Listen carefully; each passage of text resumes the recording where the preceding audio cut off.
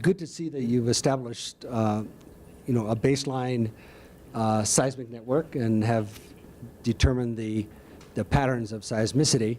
I hope, and I guess it's a question, are there plans to start intensifying the network in areas where development is planned? Because a common aspect of earthquake locations that you know very well, but maybe the audience doesn't, is that to accurately constrain the depth, the seismometer has to be relatively close to the earthquake. So if we're interested in some of these places where it's clear there are deep earthquakes, and the question is, are there also shallow earthquakes, that's only going to be answered by perhaps densifying the network in those regions. Are there plans to do that? En principio no tengo elementos que me permitan responder de manera contundente si hay o no. Es previsible que se vaya a diseñar un esquema de monitoreo más específico, pero hasta ahora en concreto no conozco o no tenemos un plan al respecto.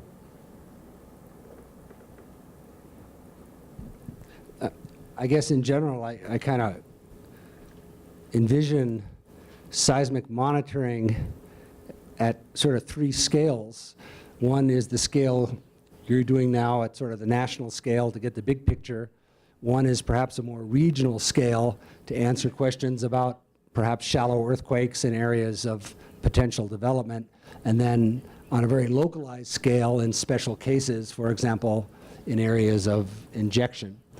And so I don't know who has the responsibility for these kinds of things, but I would think that looking into the future, I can see a need for the value of the information coming from seismic networks operating at these multiple scales, with each having its own set of goals and data products.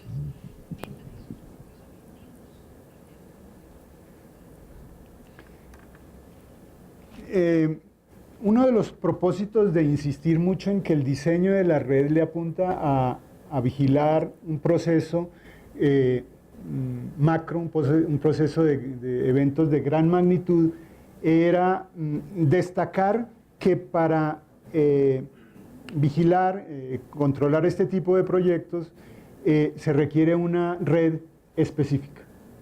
Es decir, y el propósito de lograr extraer alguna información de esta base de datos es, en la medida en que entendamos qué es lo que viene naturalmente sucediendo, pues el diseño de la red le apuntará a una vigilancia muy específica de las sismicidades de pequeña magnitud. Yo creo que el país tiene alguna experiencia en las redes sismológicas. Se vigilan procesos muy específicos como los aparatos volcánicos que tienen sismicidades pequeñas. Entonces, la experiencia que el país tiene por vigilar este tipo de procesos eventualmente podría utilizarse para diseñar unas redes locales con unos umbrales de detección mucho más finos que permita coger o registrar este tipo de sismicidad asociada a la hidrofractura. In addition to the network geometry, I think there are some important questions related to data processing and how rapidly data become available. I can tell you that when my colleagues and I were drilling a research well into the San Andreas Fault, and an earthquake occurred 300 kilometers away, people were asking whether or not we had caused the earthquake.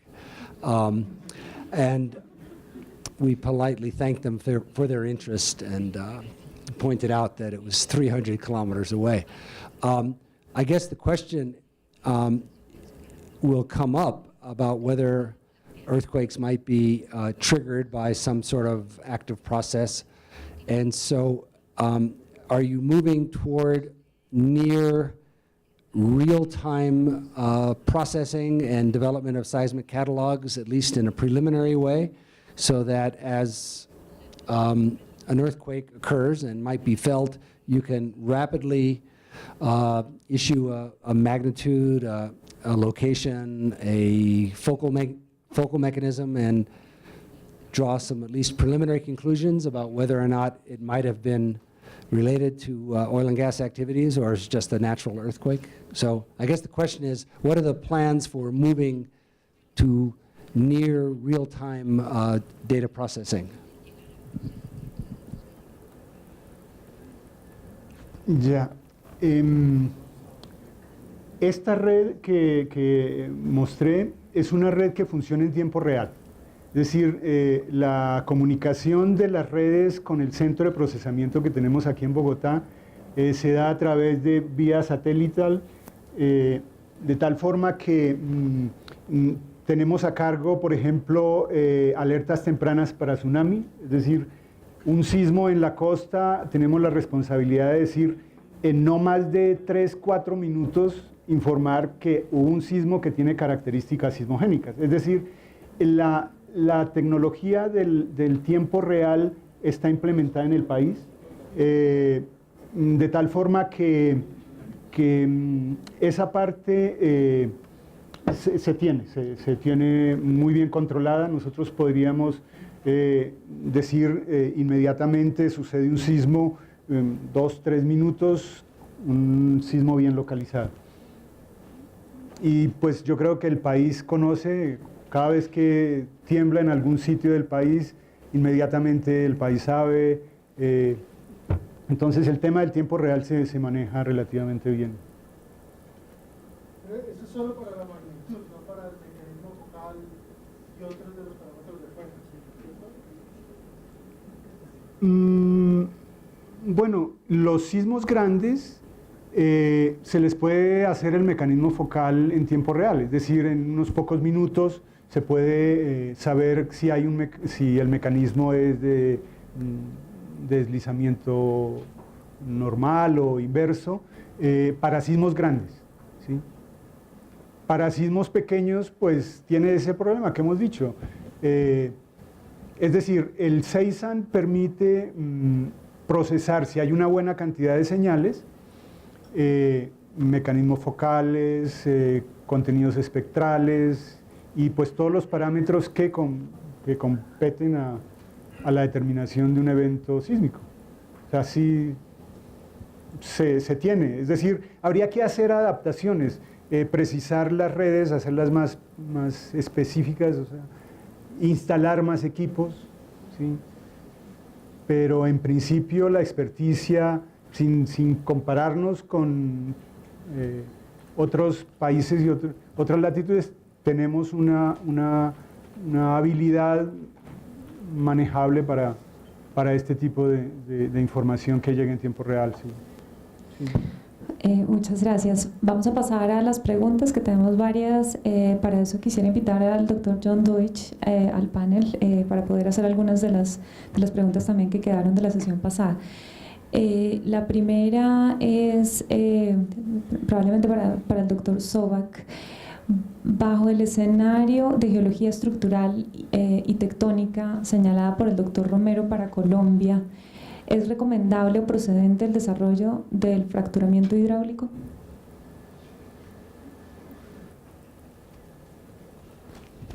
Oh, I think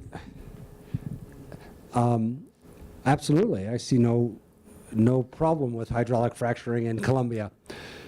You know, California is a very seismically active place. And now that everybody knows about hydraulic fracturing, because it's been in the news, there's been a lot of concern expressed is whether or not hydraulic fracturing was safe in California. Some of us have pointed out that there have probably been 100,000 hydraulic fractures done in California over the past 30 or 40 years, and nothing bad happened associated with any of them to my knowledge. So you know, are you going to do hydraulic fracturing everywhere? Is it safe to do everywhere? No, that's a little bit too simple a statement, too much of a blanket statement. But with just, if you're just paying attention and you don't do anything stupid like drill into an active fault and try to hydraulic fracture it, hydraulic fracturing should be employed in Colombia safely as it's being employed all around the world.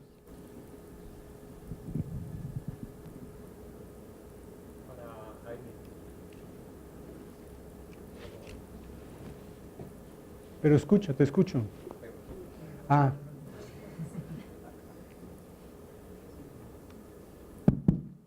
Creo que ya. ¿Existe certeza sobre la localización de fallas activas e inactivas en Colombia? en principio, sí hay algunas fallas que se tiene certeza. Es decir, las fuentes sismogénicas que producen los terremotos que amenazan el país se conocen. Es decir, se tienen, no con un grado de exactitud, no sé cuál es la referencia de exactitud que estaba manejando, pero se tiene idea.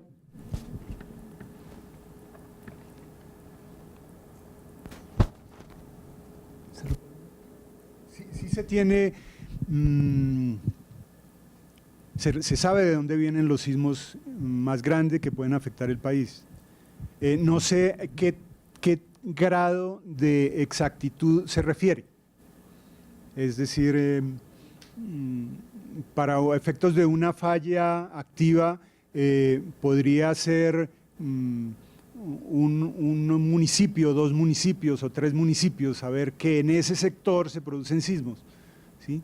Entonces, esa exactitud es suficiente para saber si esa zona produce un sismo de 7 o de 6, ¿sí? Entonces, para ese nivel hay exactitud, pero si se quiere saber cuál es exactamente la línea de falla en superficie que produce un sismo a 20 kilómetros de profundidad, pues la exactitud puede ir disminuyendo.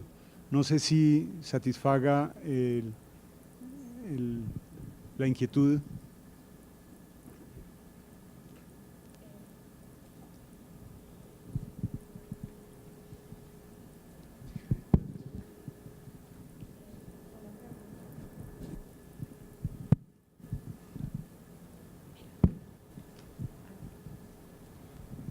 Una pregunta para los profesores Deutsch y Sobak.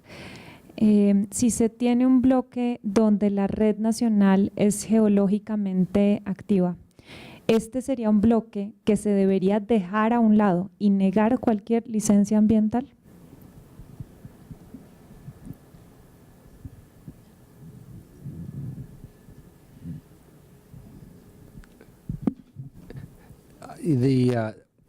To come back to the example of California, there's a tremendous amount of oil and gas production from the geologically active western part of the state.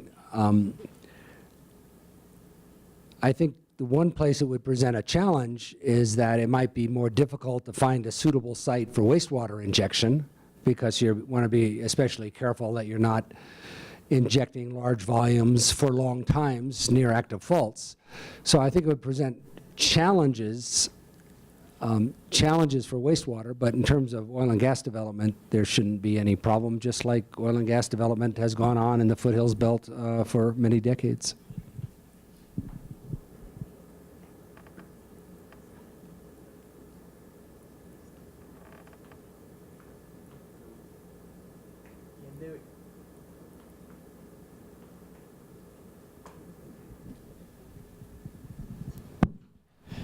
¿Quién debería realizar la vigilancia de la sismicidad?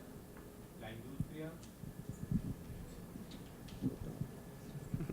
¿Quién debería realizar la vigilancia de la sismicidad? ¿La industria, el servicio geológico o los dos de manera coordinada? Creo que puede ser para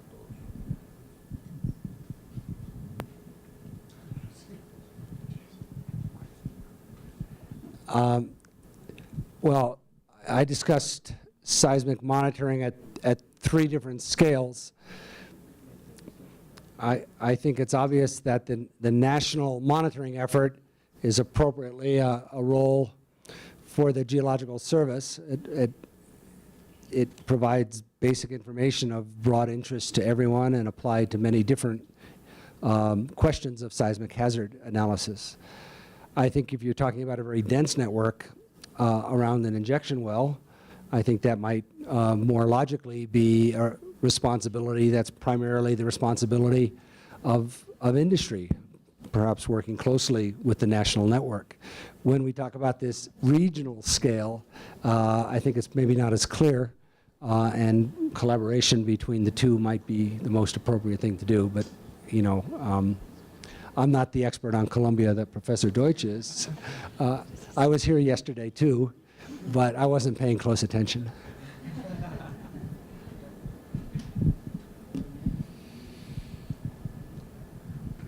Professor Zobak, how much are we talking about for a really good network?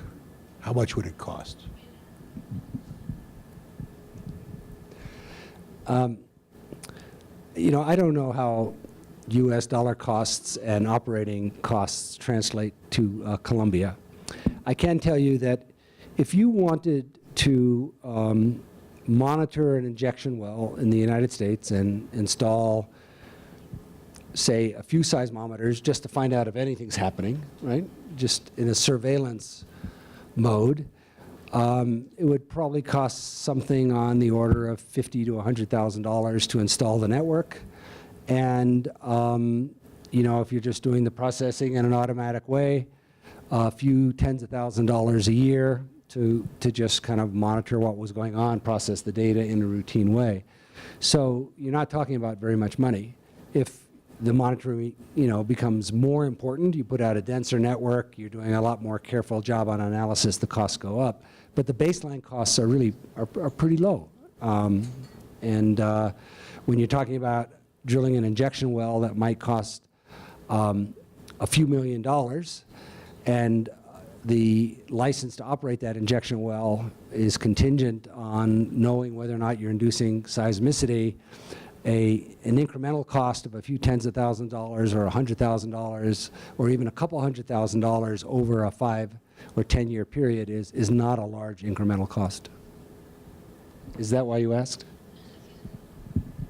I was trying to avoid the use of the word peanuts for the magnitude of the costs we're talking about here compared to some of the risks we've been mentioning and the scale of activities. It seems to me that in the context of a disposal well, if it's a cost of setting up and operating the disposal well, that can comfortably be reimbursed in user charges for the well. And if you ask what is the incremental cost per gallon of bad water disposed, you're going to be talking about pennies on the dollar, I would expect. If you're talking about a national network, I think the question is still an interesting one.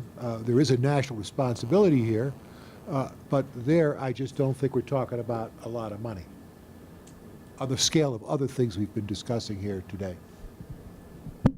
Okay. La siguiente pregunta es para el profesor Zobak.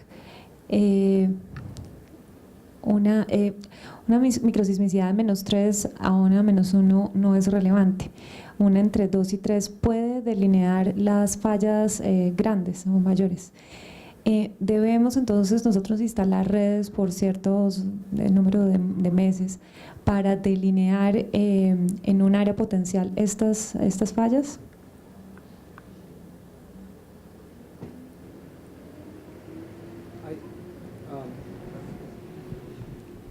If the question is to delineate networks that could detect earthquakes at the magnitude 2 or 3 level, when I showed the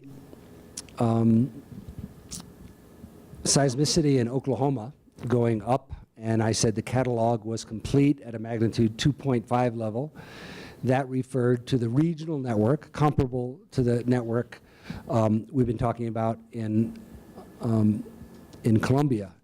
So it doesn't take a very dense network to know if those earthquakes are occurring.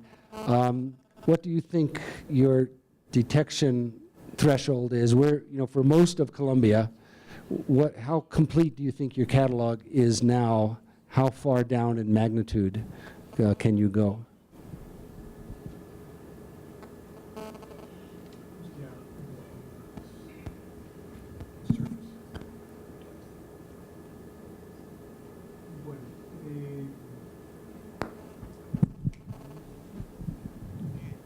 En principio, los niveles de detección, el umbral de detección por estación se relaciona al orden de 0.7, pero como las estaciones están tan distantes, entonces si una o dos estaciones detectan un sismo pequeño, no es suficiente registro para hacer una localización de tal forma que habría que levantar ese umbral, y pienso que puede estar por el orden de 4.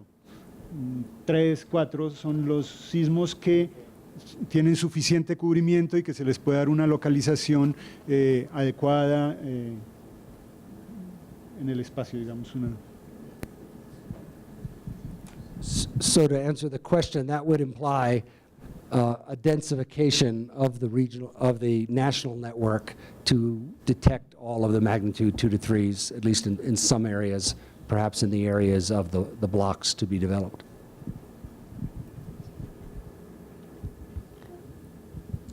Es como para Jaime, digamos que hay muchos ejercicios en algunos casos del sector privado o industrial que capturan información de sísmica. La primera es, ustedes incorporan esa información a la red o para sus análisis, y dan un ejemplo, es en el caso de Cusiana y Cupiagua, en donde por más de 20 años se ha hecho, digamos, este proceso de monitoreo asociado también a algunos procesos de fracturamiento.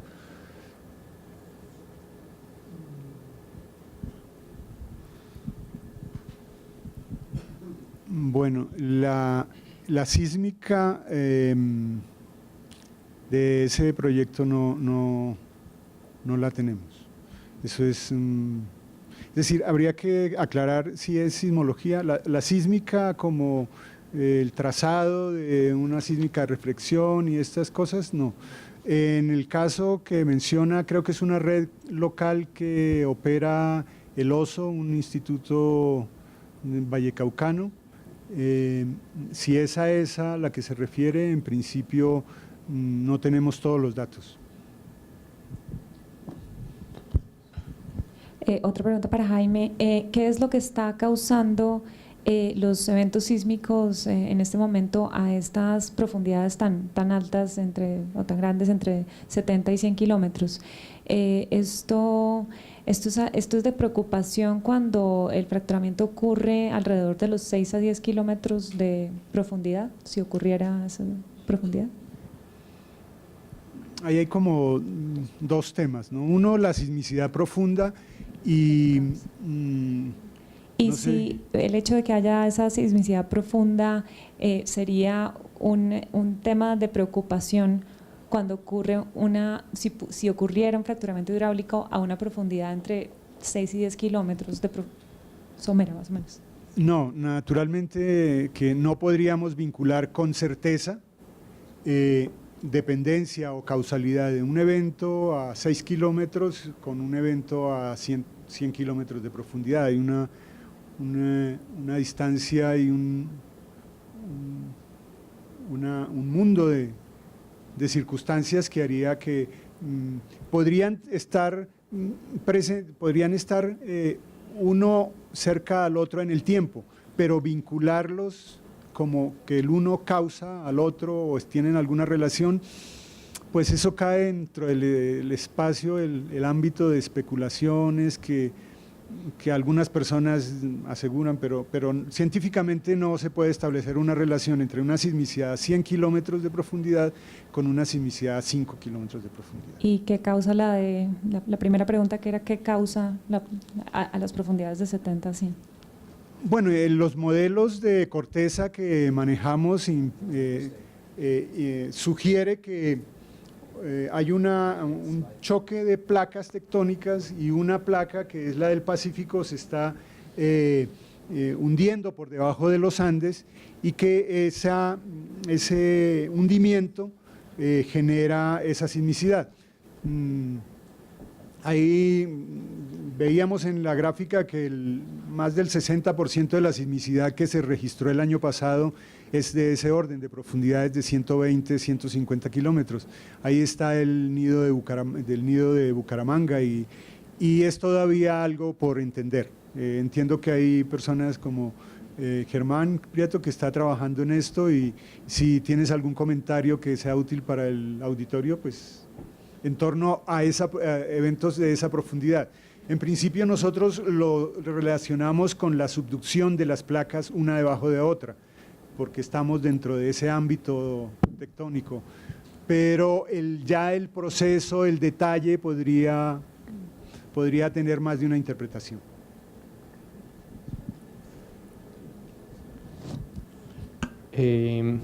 La siguiente pregunta tiene que ver como con los procesos de elaboración de estudios ambientales. Creo que esta no le aplica a Jaime tanto, pero un poco es como saber esa línea base, digamos, cuál es el tiempo estimado para elaborar esa línea base, en especial, digamos, para el doctor Deutsch, en temas de agua, aire y aspectos sociales, y para el profesor Soubach en temas de sismicidad.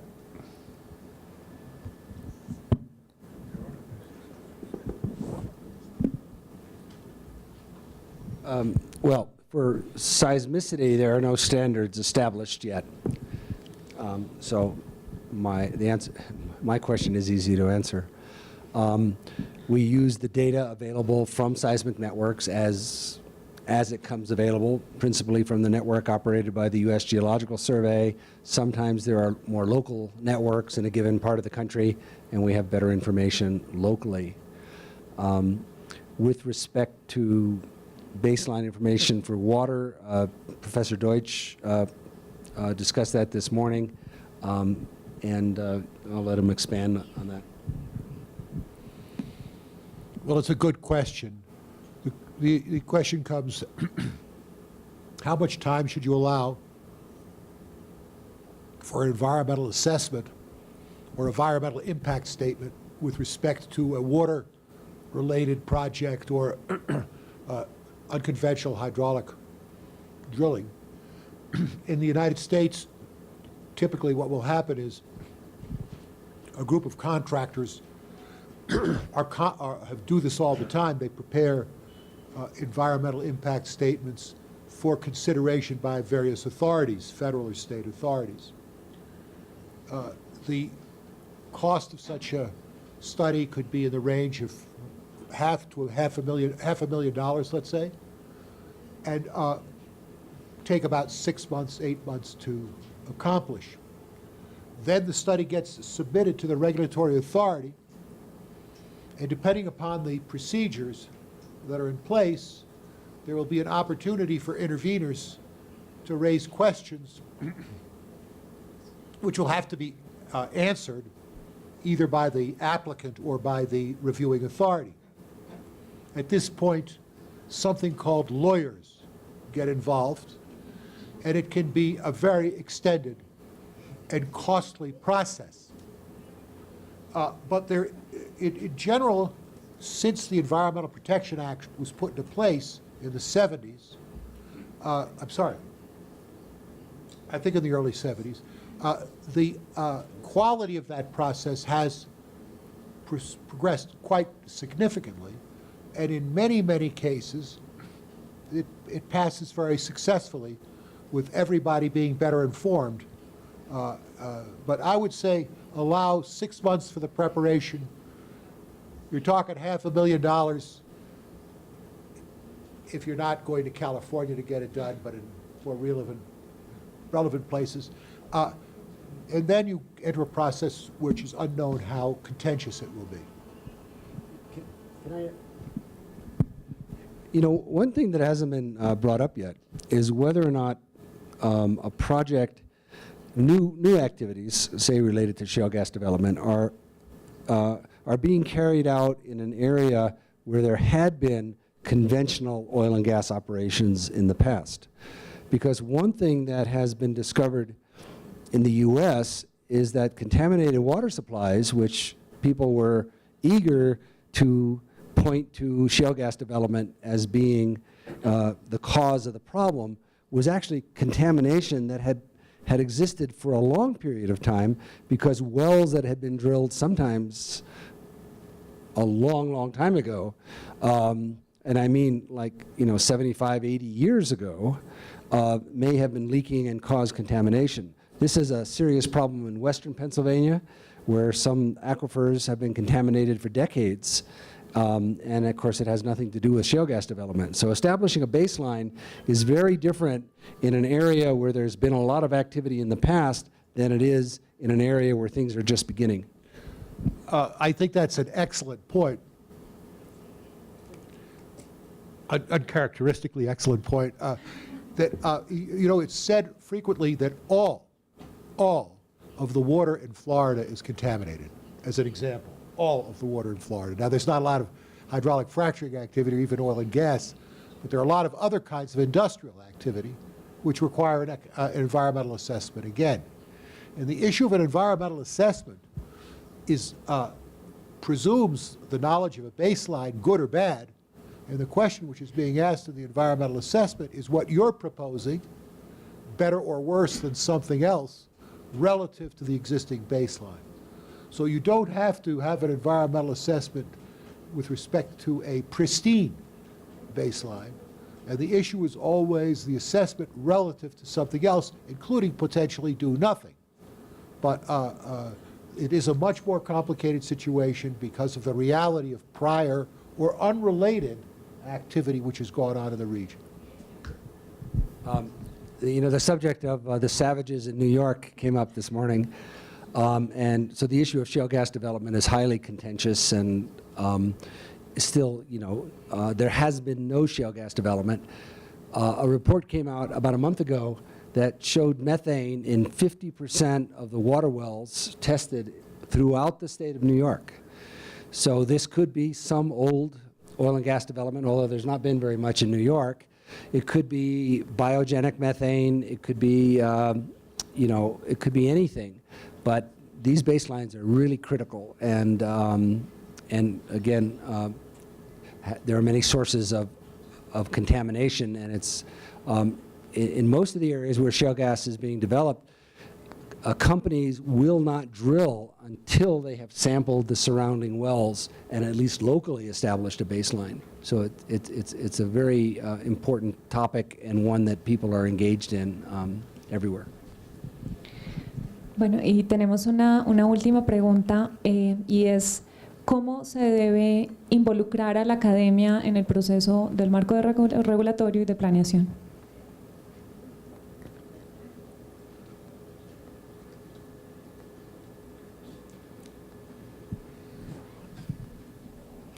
Well, this subject has been touched on several times today, and certainly in my visit more than once. And I go back to basics here. The universities and colleges' responsibility is to educate people for a useful and productive career. And educating them and training for being involved in regulation, environmental assessment, or energy production and management does not mean that they must get degrees in those particular subjects, but they must be given a good education that allows them to bring technical skills to these areas. So I think that we already heard there are universities and colleges here in Columbia which are moving in this direction. There are opportunities for collaboration with East Coast and West Coast universities in the United States, but it's a core responsibility of a country to be sure that they've educated the young people to take part in these very vital roles. I don't think it has to be completely specifically You know, we need a degree in hydraulic fracturing, but you do need technically trained individuals who are rewarded and respected for participating in the process.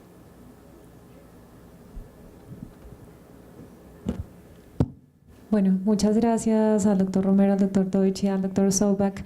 Los invitamos a pasar a un café por 15 minutos, entonces estamos de regreso aquí a las 4:15 para las conclusiones y el cierre. Muchas gracias.